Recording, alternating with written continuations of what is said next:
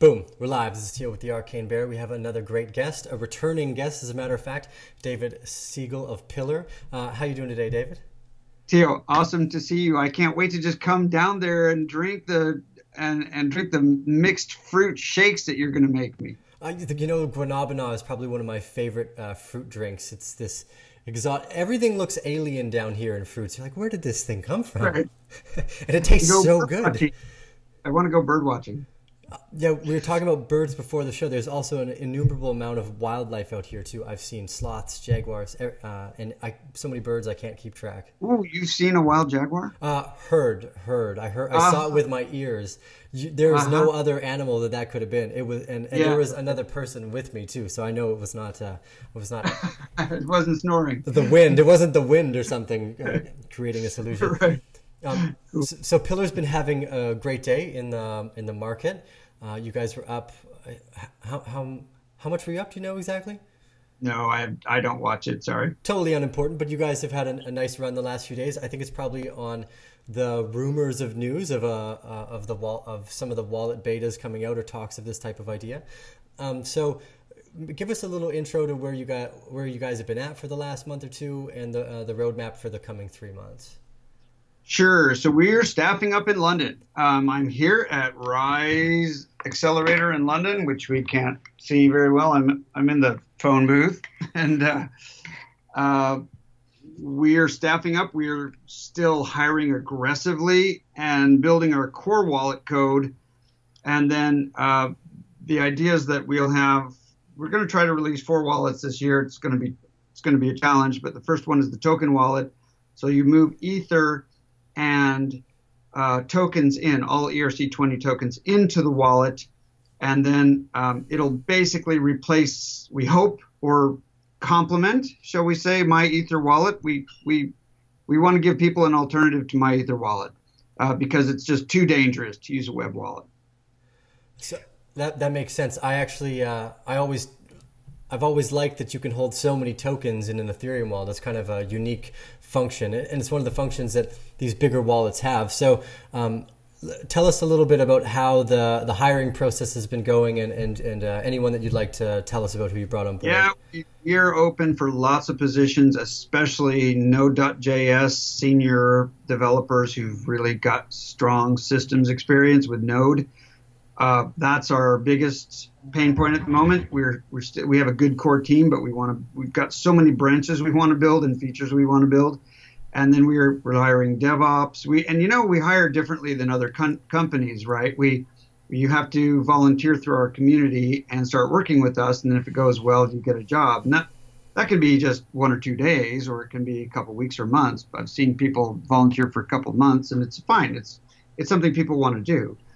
And we're also hiring a pretty good-sized marketing team for our Pillar University, so we can not just build community, but make lots of people aware, because our goal this year is 2 to 5 million installed wallets by the end of the year. That's a great goal, and 2018 could bring a lot of momentum into the ecosystem. I think education is extremely important. It's one of the reasons why we do this, providing the platform of information for everyone. So in the middle of that, remember to give us those thumbs up and to check out pillarproject.com. David was saying that they also will be changing the website, so make sure you guys stay up to date with all of their social media. Pillarproject.io. Oh, .io. Right, and I had it right pre-show too. Oh. Okay, it's all right. So we will have a big general meeting on Wednesday this week, the 10th, at 5 p.m. UK time. That'll be a live YouTube video. You can find it by getting on our newsletter. We'll re-announce it pretty soon, or going to the Pillar channel, and then we'll ship our wallet as on schedule. We hope. I'll explain that in a second. As described in the gray paper at the end of Q1 2018. Now, I keep saying I expect we can have a wallet ready by then, but how tested will it be? And testing is everything. If you want hundreds of millions of dollars on your wallet, you don't want to have any mistakes. So we will test and double test and retest and hire bad guys to shake our wallet as hard as they can and make sure that it is good and tested.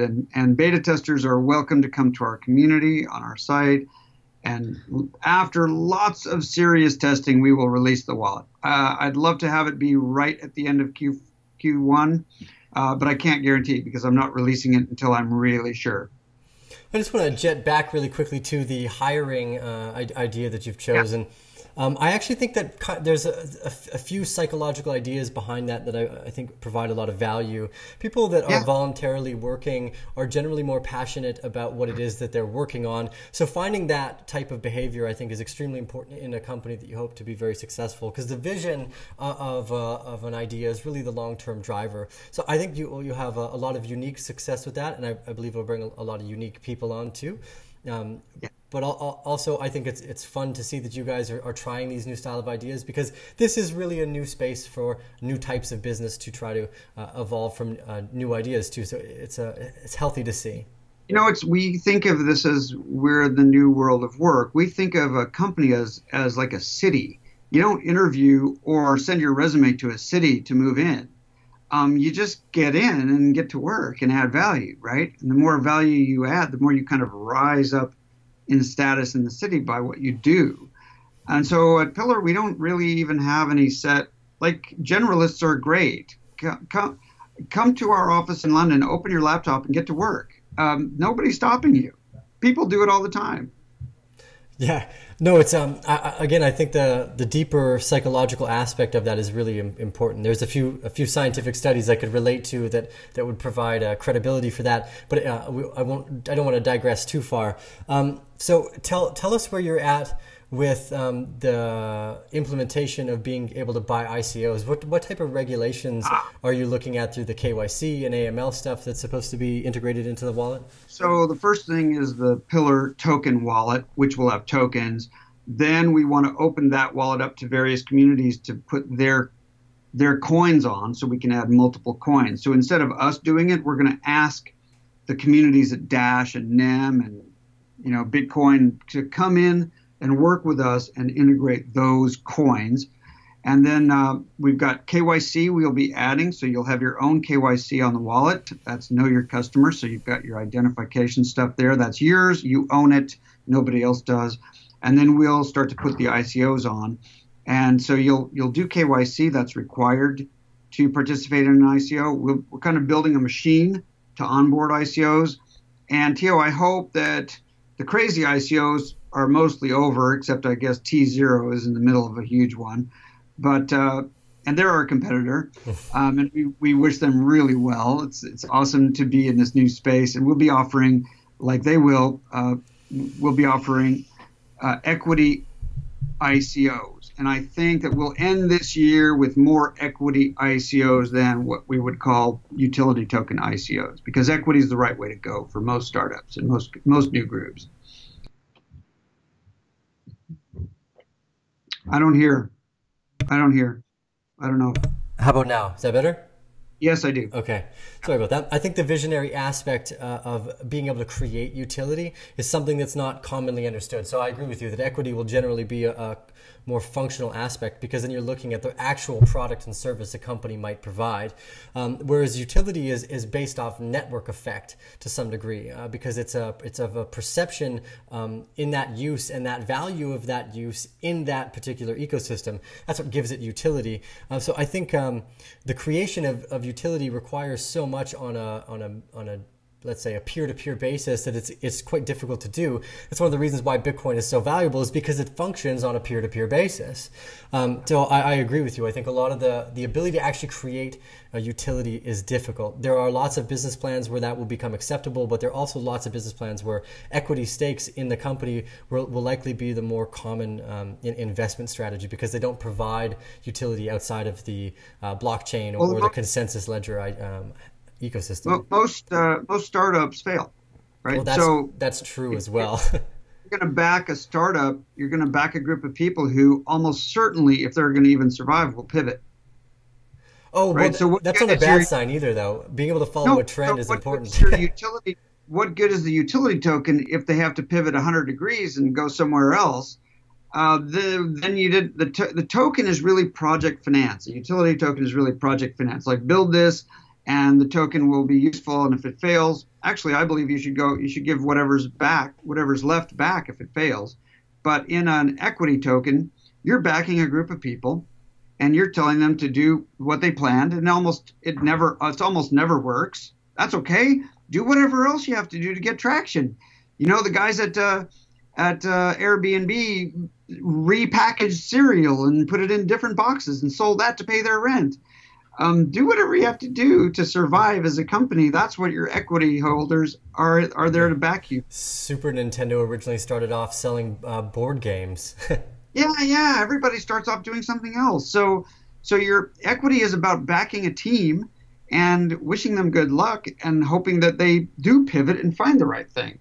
Yeah, that's why the visionary aspect is, and sometimes it's accidental visionary. Yeah, a company like GoPro, they had such a simple concept. The reason why it took off is because that niche really desired the value of the utility of that product. Unless you're visionary and you see that direct cut in your niche, it's very, very difficult. I agree with you. And is there anything that you have to look forward to or that your thoughts on the rest of the ecosystem where we might go with digital assets? At a larger scale? Very unfortunately for those of us who are crypto anarchists, it's getting definitely more regulated. There will be some serious regulatory action this year. We are talking with regulators. We've opened a dialogue with regulators in the UK, and we hope to start talking with them in the US to create a layer of new markets that don't exist, that maybe we don't shovel into the old 1934 Act and try to expand the bounds of what they call markets now. So I think that liquidity is really an incredible game changer in society, and liquidity removes gatekeepers. So a perfect example of that is venture funds. I think if we have liquid markets for startup stock tokens, we can eliminate venture funds who are pretty much just skimming 20% off, and they're not as good at what they do as they think they are. Liquid markets will eliminate venture funds and private equity funds, and just again, it's P2P, give investors and money seekers ways to meet in the market instead of having intermediaries. It'll be really interesting to see what happens. And I agree with you. Regulation, depending on which part of the world you live in, will likely start to implement itself over the next year or two. How that happens, I think, will be dependent upon the government's desire to be progressive. If they choose to be more progressive and actually integrate instead of regulate, then I think the countries that do that will be a lot more successful. And I think you'll also see companies will pivot and likely move to these other more integrative countries. They will. And we're just hoping that the SEC doesn't do what China does. And we're hoping that the FCA in the UK, and we're really hoping to work with them, because there is an already established regulatory framework for equities. What there isn't is an established framework for markets for equity tokens, and tokens all the way. So why can't Apple stock and IBM stock, all of the stocks, just be tokens, right? They will be. Why aren't dollars tokens? Dollars will be tokens. Yes, probably worthless still too. Pounds, euros, gold, everything will be represented by tokens. The token economy is going to be huge. And so I think it's just a matter of time. Yes, I agree with you. And we may actually be able to outpace that time frame too, because they will have no choice but to eventually be integrative. Otherwise, they will be left behind in the future, this economy that's being built right now. We hope to be part of that. I can't talk about it, but we hope to be a major force in moving governments quickly. Yeah, I think so too. I was going to say I can't remember. I'll get back to it in 2 seconds.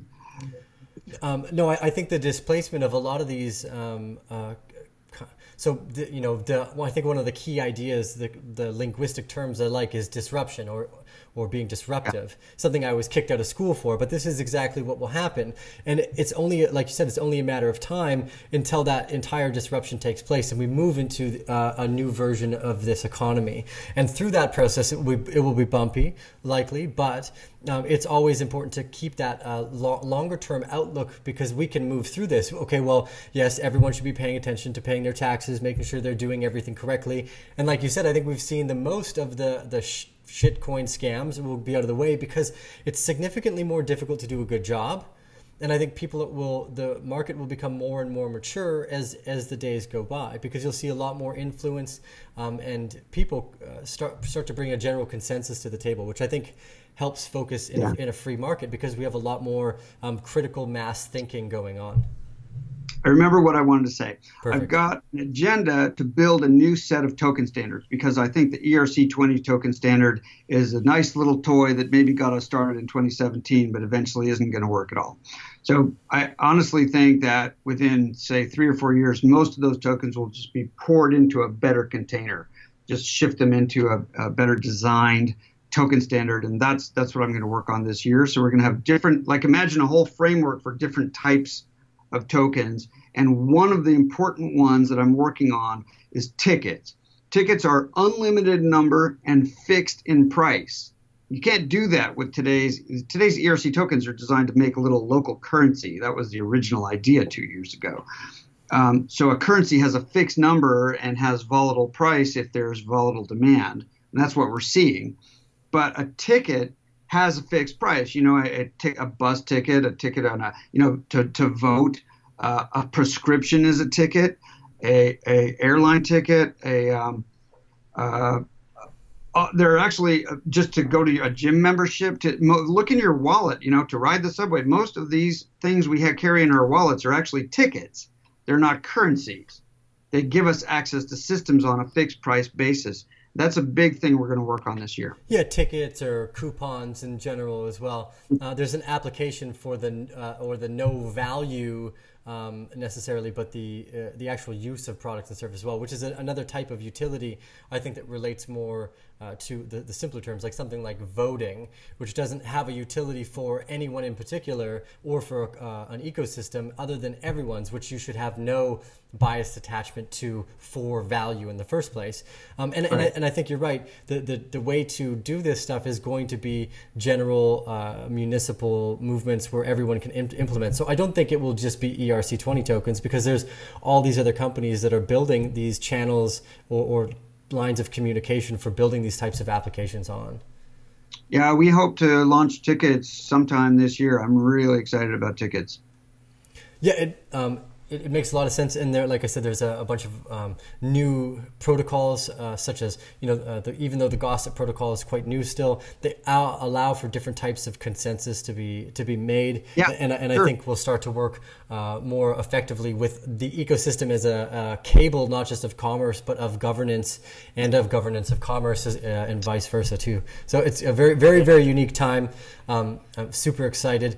So with that in mind, I want to remind everyone that I don't know anything. This has all been my non-advice. This in no way should be taken for investments. I think Pillar's a great company. I think David's a great human being. I'm excited about their vision.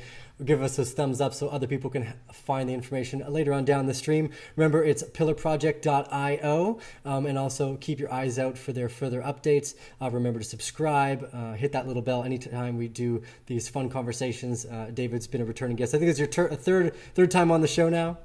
Oh, we got so much more to do, Tijo. Right? We're just starting. It's just the beginning. So remember to check back with us, guys, and we'll see you on the other side. This is Tijo with the Arcane Bear and David Siegel of Pillar. We'll see you soon.